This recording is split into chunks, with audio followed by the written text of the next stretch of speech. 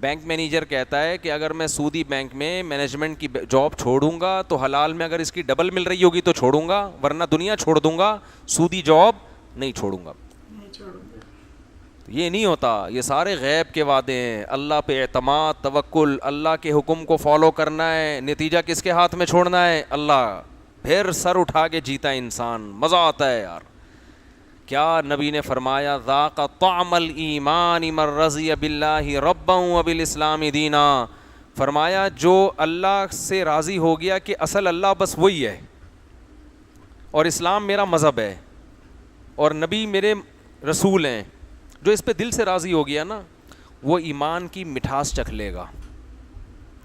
ایمان کا ٹیسٹ ہے بڑا لذیذ, اسلام بڑا مزیدار مذہب ہے, اس کو اسلام کا ٹیسٹ سمجھ میں آ جائے گا.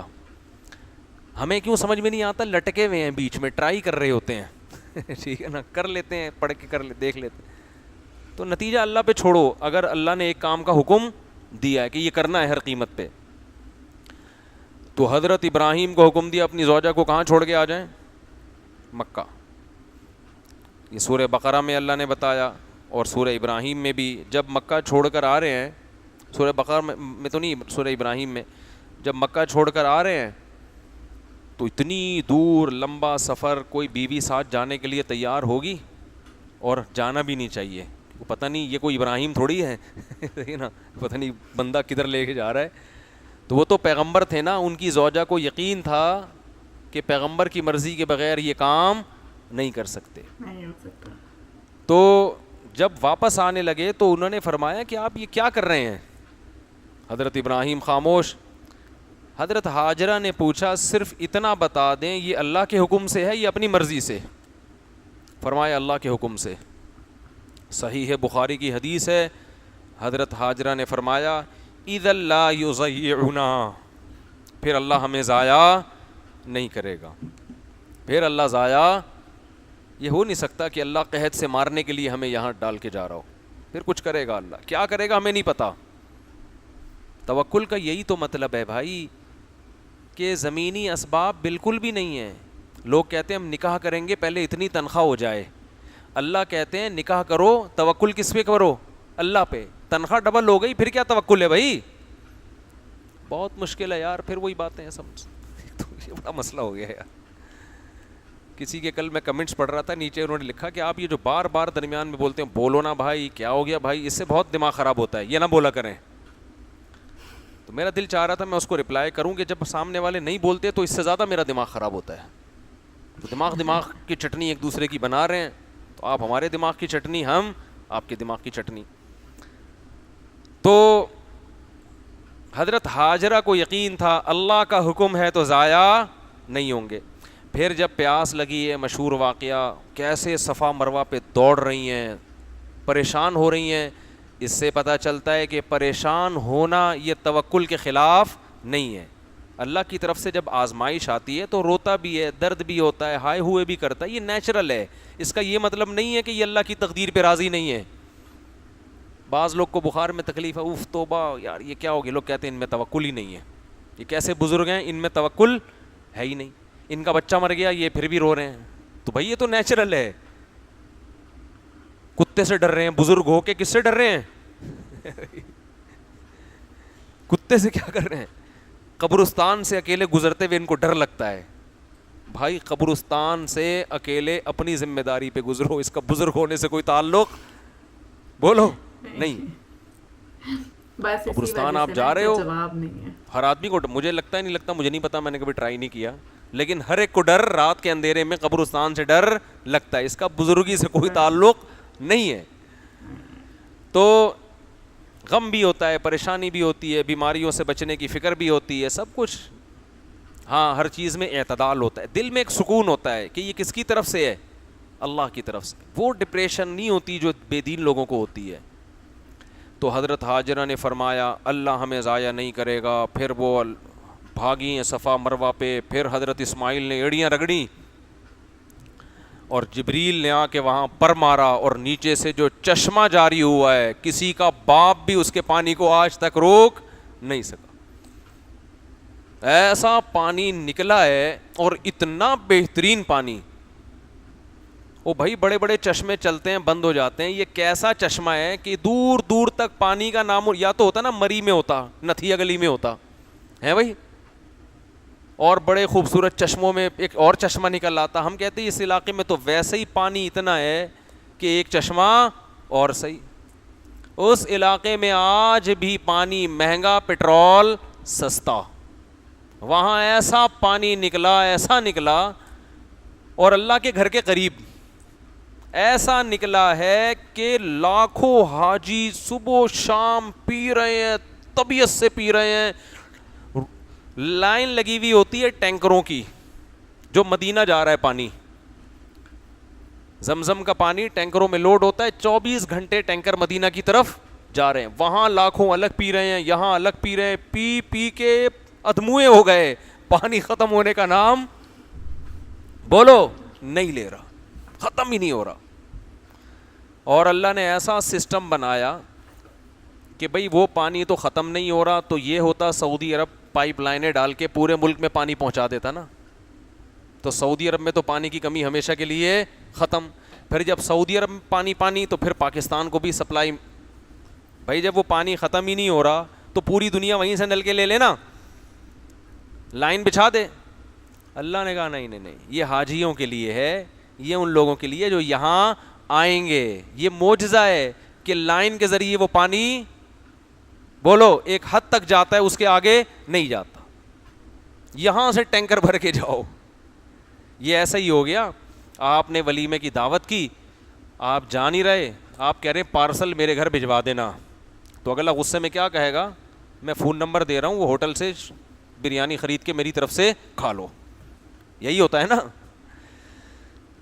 پھر وہی بات ہے, دیکھو دعوت تو مقصد ہوتی ہے نا, ادھر آؤ. ہاں ادھر آؤ گے تو پیک بھی کر کے ساتھ لے جاؤ. ہوتا ہے بعض دفعہ ولیمے میں کھانا زیادہ ہے تو آپ یہاں کھا لیا اور گھر کے لیے بھی دے دوں, چلو جی گھر کے لیے بھی شاپر میں لے جاؤ آپ. یہ نہیں ہوگا کہ ولیمے میں کوئی بھی آ نہیں رہا ہے, شادی ہوئی ہے ولیمہ کر رہے ہیں جی اور بلا رہے ہیں, آپ کہہ رہے ہیں نہیں پارسل بھجوا دو, تو پھر آپ کیا کہو گے تنگ آ کے؟ آپ جل کے بولو گے کہ پھر میرے خرچے پہ کسی قریبی ہوٹل سے کھا لو, پیسے میں دے دوں گا. بلکہ اور زیادہ تپو گے آپ. آپ بولو گے کھانا کھانے کا دل چاہ رہا ہے کہاں چاہ رہا ہے, کھا لو, کس نے منع کیا ہے.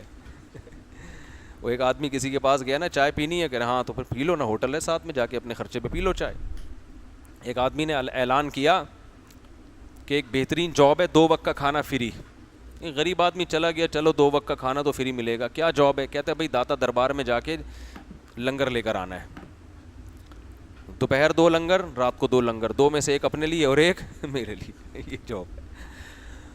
تو حضرت ہاجرہ نے کیا قربانی دی ہے. اور زم زم, کیوں اس کا نام حضرت ہاجرہ کی زبان عربی تھوڑی تھی, وہ کہہ رہی تھی زم زم رک جا. عبرانی زبان میں زم زم کہتے ہیں رک جا. اتنا پھیل رہا تھا نا وہ پانی, ایسا چشمہ پھوٹا ہے اس کے اندر سے. اللہ کو قربانی بڑی پسند ہے. ہم لوگ پیڑے کھا کے اسلام پہ چلنا چاہتے ہیں. کوئی ہمت کر کے داڑھی نہیں رکھ رہا, وہ کہہ رہے ہیں جب میں بوڑھا ہو جاؤں گا رکھوں گا. پھر کیا یار, ابھی جوان ہو, ابھی جوان ہو, ابھی داڑھی رکھو. ابھی اسٹائل ہیں آپ کے, ابھی روڈ لائنر بن کے چلتے ہو, ابھی کرتے جو ہے نا ایسے ایسے کر کے جا رہے ہوتے ہو, ابھی کٹس دکھا رہے ہو لوگوں کو. ابھی داڑھی رکھو جوانی میں, یہ قربانی ہے, اللہ کو پسند آئے گی. جوانی میں زنا کو چھوڑو, بچو اس سے. اور زنا اس کا اللہ کو زنا سے بچنا پسند ہے جس کو عورت خود زنا کی دعوت دے اور وہ کہے انی اخاف اللہ, مجھے ڈر کس کا ہے؟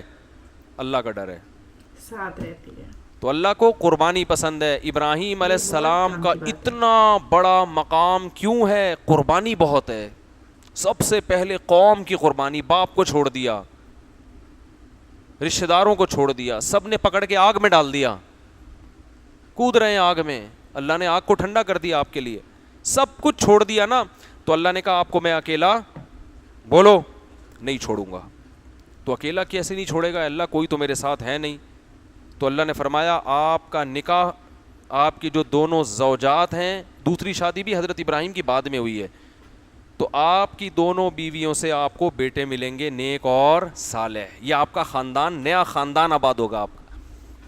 تو ابراہیم علیہ السلام کے 2 بیٹے اسماعیل اور اسحاق. یہ میں نسب بیان کر رہا تھا.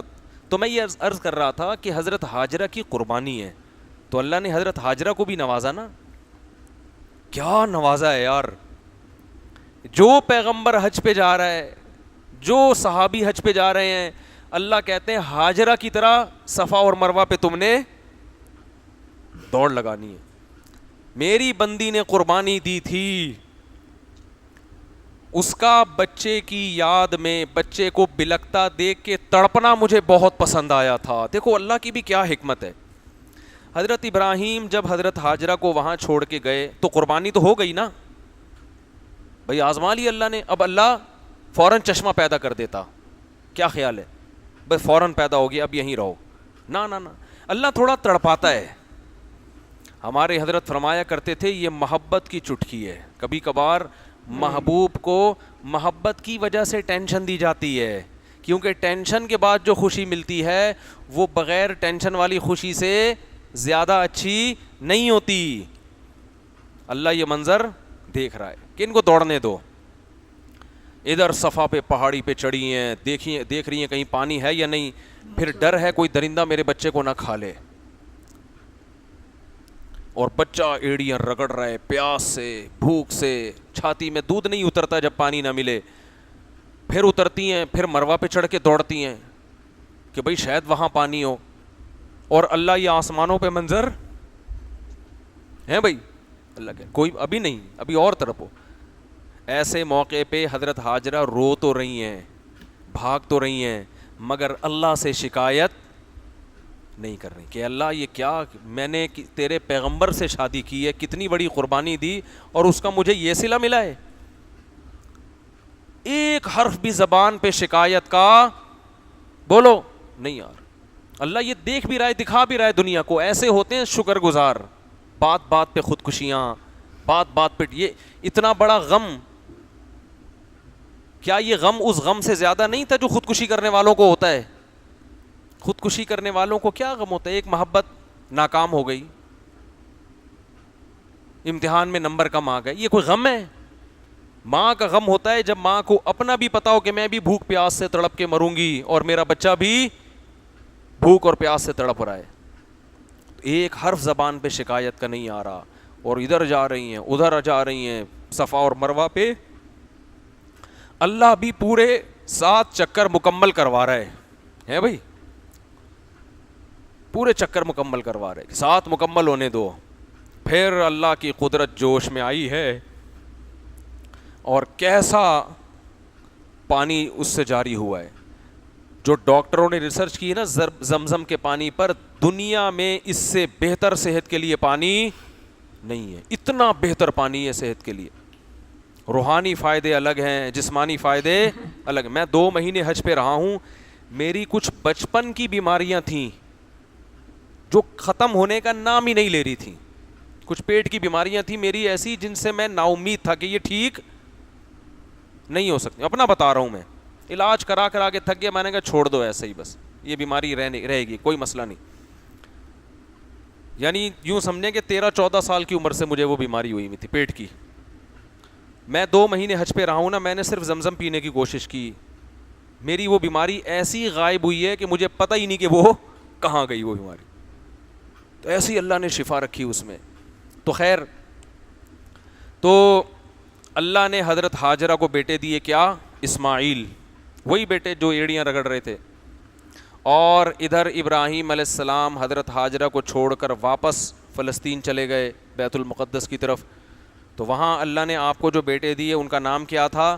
اسحاق. اسحاق علیہ السلام کی اولاد میں آگے ہزاروں پیغمبر آئے ہیں, اور اسماعیل علیہ السلام کی اولاد میں 2000 سال تک کوئی پیغمبر نہیں آیا. ایک قبیلہ جرہم وہاں جا رہا تھا, انہوں نے دیکھا کہ یہاں پانی ہے ریگستان میں, تو انہوں نے وہیں پڑاؤ ڈال لیا, پھر وہیں آبادی ہو گئی. اسماعیل علیہ السلام نے انہی کی عورت میں سے کسی عورت سے شادی کی. حضرت اسماعیل کا جو گزر بسر تھا وہاں کیا تھا؟ شکار. کہیں دور نکل جایا کرتے تھے اور جنگل میں جانور کا شکار کر کے اس کا گوشت بولو کھایا کرتے. کیا خاندانی اسٹائل تھا یا نہیں تھا؟ یہ مسلمانوں کی ہے, پتہ نہیں پب جی میں لگ گیا ہے, کس میں لگ گیا ہے. شکار کرو اللہ کے بندو, کوئی ڈھنگ کے صحت والے کام کرو. پہاڑوں پہ چلنا ہوتا ہے نا شکار کے لیے, تو چلا تو جاتا نہیں ہے, چلیں گے کہاں سے. تو ابراہیم علیہ السلام کا, اس لیے حضرت اسماعیل علیہ السلام کا گزر بسری شکار تھا, تو اس وجہ سے تیر اندازی میں بہت ماہر ہو گئے تھے. تبھی حدیث میں آتا ہے آپ صلی اللہ علیہ وسلم نے صحابہ سے فرمایا ارمو فإن أباكم كان راميا, تیر اندازی سیکھو, تمہارے باپ اسماعیل بہترین تیر انداز تھے. یہ تو اسماعیل علیہ السلام کی اولاد میں تھے نا قریشی. تو حضرت اسماعیل نے وہیں شادی کی جرہم قبیلے کی خاتون سے. پھر حضرت ابراہیم علیہ السلام فلسطین سے اپنے بیٹے سے ملنے کے لیے آئے, تو حضرت اسماعیل گھر پہ نہیں تھے. ان کی زوجہ سے, اپنی بہو سے پوچھا میرا بیٹا کیسا ہے تمہارے ساتھ. انہوں نے ایسا ہے ویسا ہے ایسی برائیاں بیان کی. وہ سمجھ گئے کہ یہ ناشکری عورت ہے, کیونکہ وہ تو پیغمبر ہے, پیغمبر تو حقوق ادا کرتے ہیں, یہ ناشکری ہے. تو حضرت ابراہیم علیہ السلام نے اپنی بہو سے کہا کہ میرا بیٹا آئے نا تو اس سے کہنا کہ گھر کی کیواڑ تبدیل کر دو. کیواڑ کہتے ہیں نا دروازہ, چوکھٹ. تو وہ جب گھر پر آئے اسماعیل علیہ السلام, انہوں نے کہا کہ بیوی نے بتایا کہ آپ کے والد آئے تھے, کہہ رہے تھے گھر کی کیواڑ تبدیل کر دو. انہوں نے کہا یہ مجھے کہہ کر گئے ہیں کہ میں تمہیں طلاق دے دوں. تو حضرت اسماعیل نے اپنی زوجہ کو بولو طلاق دے دی, پھر دوبارہ شادی کی. آپ نہ کریے گا یہ کام کہ آپ کی بیگم ناشکری ہے. ایک تو پتہ نہیں کہ ناشکری ہے بھی کہ نہیں ہے, ہو سکتا ہے آپ میں ہی فالٹ ہو. وہاں تو یقین تھا کہ پیغمبر میں فالٹ نہیں ہوتا. دوسری بات یہ کہ اگر وہ ناشکری ہے تو آپ کون سا دودھ کے دھلے ہوئے ہیں ٹھیک ہے نا. وہ اگر پوری سیدھی نہیں ہے تو آپ کون سا, آپ بھی تو جلیبی کی طرح سیدھے ہیں نا ٹھیک ہے نا. تو جیسی روح ویسے فرشتے, کیونکہ اگر آپ نے طلاق دے کے کہیں اور شادی کی تو مجھے گالیاں دیں گے کہ میں نے ناشکری ہونے کی بیس پہ اس کو طلاق دی تھی. دوسری اس سے بھی زیادہ مجھے ٹیڑھی ملی ہے, کیونکہ مارکیٹ میں جس قسم کی چیزیں مل رہی ہیں وہ یہی مل رہی ہیں جو آپ کو ملی ہوئی ہیں. یا تو ہوتا نا کہ اتنی نیک خواتین کا ایک کنٹینر آیا ہوا ہوتا سعودی عرب سے یا کہیں مکہ مدینہ سے, کنٹینر اترا ہے بھائی, ایک دم تہجد گزار, پرہیز گزار, شکر گزار, پاؤں دھو دھو کے پینے والی خواتین کا کنٹینر آیا ہوا, رشتے دھڑا دھڑ. بھائی مارکیٹ میں جو مل رہی ہیں وہ کون سی ہیں, وہ یہی والی ہیں. اور مارکیٹ میں میاں بھی یہی آڑے ترچے ٹیڑھے میڑے یہی مل رہے ہیں مارکیٹ میں, تو سب گزارا ہی چلانا ہے اب. تو ایسا نہ ہو کہ ایسی باتیں سن کے آپ طلاق کی طرف آئیں. پیغمبر کا فیصلہ غلط نہیں ہو سکتا, کیونکہ آگے پھر ان کی نسل پیدا ہوئی, ان کی اولاد میں اللہ نے نبی صلی اللہ علیہ وسلم کو پیدا کیا پھر. تو خیر ادھر اسحاق علیہ الصلاۃ والسلام نے کی اولاد میں پھر حضرت یعقوب علیہ السلام پیدا ہوئے جن کو اسرائیل کہا جاتا ہے. پھر آگے ان کی اولاد میں یوسف علیہ السلام, پھر یوسف علیہ السلام مصر کے بادشاہ بنے. پھر بادشاہ جب بنے تو مصر پر فرعون کی حکومت آ گئی, اس نے بنی اسرائیل کو غلام بنا لیا, حضرت یعقوب کی اولاد کو غلام بنا لیا. پھر انہی کی اولاد میں موسیٰ علیہ السلام پیدا ہوئے, حضرت یعقوب کی اولاد میں. موسیٰ علیہ السلام کے ذریعے تختہ الٹا فرعون کا. پھر موسیٰ علیہ الصلاۃ والسلام اور پھر انہی میں ان کے بھائی حضرت ہارون علیہ السلام. پھر آگے انہی کی نسل میں اللہ تعالیٰ نے بنی اسرائیل کے لڑے تھے, ان میں داؤد تھے نا جن کا کل تذکرہ آیا ہے, وہ بھی انہی کی اولاد میں تھے. وہ سب اسحاق علیہ السلام کی اولاد میں آ رہے ہیں. داؤد علیہ السلام کو حکومت ملی, بنی اسرائیل کی حکومت پھر دنیا پہ قائم ہوئی. داؤد علیہ السلام کے بیٹے تھے سلیمان علیہ السلام, پھر سلیمان علیہ السلام کی بہت بڑی حکومت قائم ہو گئی. پھر آہستہ آہستہ وہ حکومت ختم ہوئی. پھر اللہ نے بنی اسرائیل میں آگے پیغمبر بھیجے جن میں حضرت عمران, پیغمبر تو نہیں تھے لیکن اللہ کے ولی تھے. تو حضرت عمران کی جو زوجہ تھیں انہوں نے منت مانی تھی کہ میرے بیٹا پیدا ہوگا میں بیت المقدس کی خدمت کے لیے اس کو وقف کر دوں گی. تو حضرت عمران کے ہاں بیٹے کے بجائے بیٹی پیدا ہو گئی. ان بیٹی کا نام کیا تھا؟ مریم. اور ان کے خالو تھے حضرت زکریہ علیہ السلام. سمجھ میں نہیں آ رہی بات؟ تو زکریہ علیہ السلام پھر زکریہ علیہ السلام کو بیٹے ملے بڑھاپے میں, ان کا نام تھا یحییٰ علیہ السلام. تو یحییٰ علیہ السلام, حضرت مریم, حضرت زکریہ, حضرت عیسیٰ, یہ چاروں ایک ہی دور کے ہیں. بہت مشکل ہے. زکریہ علیہ السلام یعنی ہمارے نبی سے 600 سال پہلے کے پیغمبر ہیں. یہ ہمارے نبی سے کتنے سال؟ 600 سال پہلے یہ چاروں آئے ہیں. حضرت مریم, حضرت زکریہ جو حضرت مریم کے خالو, زکریہ کے بیٹے حضرت یحییٰ جو حضرت مریم کے خالہ زاد بھائی بھی ہو گئے. اور ادھر حضرت مریم کے بیٹے حضرت عیسیٰ. تو حضرت عیسیٰ حضرت اسحاق کی جو اولاد میں پیغمبر چلے تھے ان میں آخری پیغمبر کون ہے؟ حضرت عیسیٰ علیہ الصلاۃ والسلام. بات سمجھ میں آ رہی ہے کہ نہیں آ رہی؟ تو حضرت عیسیٰ کے بعد اللہ نے پھر کیا کیا؟ جو ادھر مکہ میں 2000 اچھا یہ پورا 2000 سال کا تقریباً ہے، ابراہیم علیہ السلام سے لے کر نبی صلی اللہ علیہ وسلم تک تقریباً کتنا بنتا ہے یہ؟ 2000 سال. تو ان 2000 سال میں ادھر اسماعیل علیہ السلام کی اولاد در اولاد در اولاد ہو رہی ہے، مگر ان میں کوئی نبی پیدا نہیں ہوا. تو اسماعیل علیہ السلام کی اولاد میں ایک ہی نبی پیدا ہوئے جن کا نام تھا محمد صلی اللہ علیہ وسلم. یہ سلسلہ کھوپڑی میں آیا کہ نہیں آیا؟ باقی ادریس علیہ السلام وہ ابراہیم علیہ السلام سے پہلے کے ہیں، نوح علیہ السلام وہ ابراہیم علیہ السلام سے پہلے کے ہیں. سمجھ میں آ رہی ہے کہ نہیں آ رہی ہے؟ تو اب اللہ کہتے ہیں کہ اللہ نے آل عمران کو بھی منتخب کیا تمام جہان والوں میں، اور ان میں حضرت عمران کی زوجہ نے منت مانی کہ اے اللہ میرے پیٹ میں جو بچہ ہے میں اسے دین کی خدمت کے لیے وقف کروں گی. لیکن جب بچہ پیدا ہوا تو وہ بچہ کے بجائے کیا تھی؟ بچی. تو پریشان ہو گئیں، یہ کیا بھائی؟ لیکن اللہ کے علم میں تھا کہ اس بچی سے اللہ وہ کام لے گا جو بچوں بیٹے سے نہیں. تو قرآن کہتا ہے کہ حضرت مریم کی والدہ کا انتقال ہو گیا، پھر خاندان میں جھگڑا ہوا کہ ان کی کفالت کون کرے گا. تو حضرت مریم کے جو خالو تھے حضرت زکریہ علیہ السلام، ان کے نکاح میں چونکہ حضرت مریم کی خالہ تھیں تو حدیث میں آتا ہے کہ ماں کے بعد کس کا درجہ ہے؟ خالہ کا. تو وہ قرآن اندازی میں نام بھی حضرت زکریہ کا نکلا. حضرت زکریہ علیہ السلام نے حضرت مریم کی تربیت کی ہے اپنے گھر میں،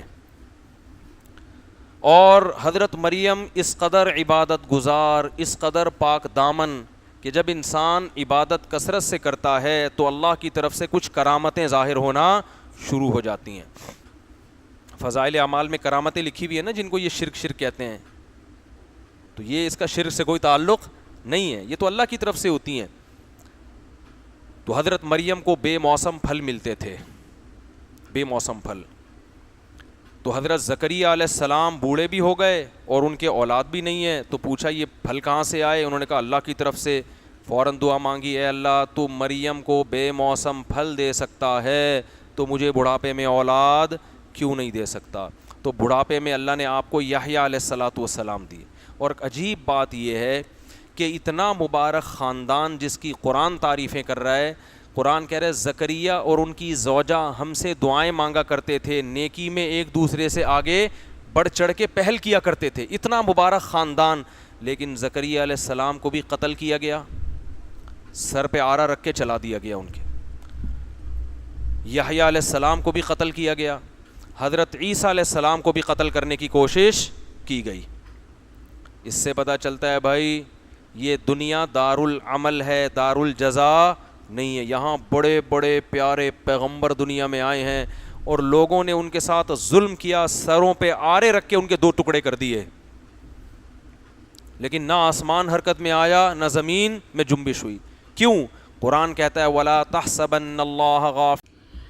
سو دوستوں آئی ہوپ آپ کو یہ سن کے مزہ آیا ہوگا. اور اب ہمیں پتہ چل رہا ہے کہ حضرت ابراہیم اور بیوی حجرہ کا نام کیوں آتا ہے، کیونکہ انہوں نے اتنی قربانیاں دی ہیں. ایسے ہی ہم انہیں اتنا اوبیڈینٹ نہیں کہتے ہیں، ایسے ہی ہم وہ پروفٹ کے فرسٹ میسنجر نہیں بنے. اور اس کے بعد جو بیوی حجرہ کا جو بیسیکلی سیکریفائس تھا، تو دونوں کا سیکریفائس تو اتہاس انہیں کو یاد رکھتا ہے جو سیکریفائس کرتے ہیں. اور اس کے بعد جو ان کے بیٹے تھے اسماعیل، جیسے آپ نے یہاں پہ مفتی صاحب نے بتایا کہ وہ پورا جو ان کی پیڑھی در پیڑھی ہے کوئی بھی ایسا نہیں بن پایا جیسے یہ تھے.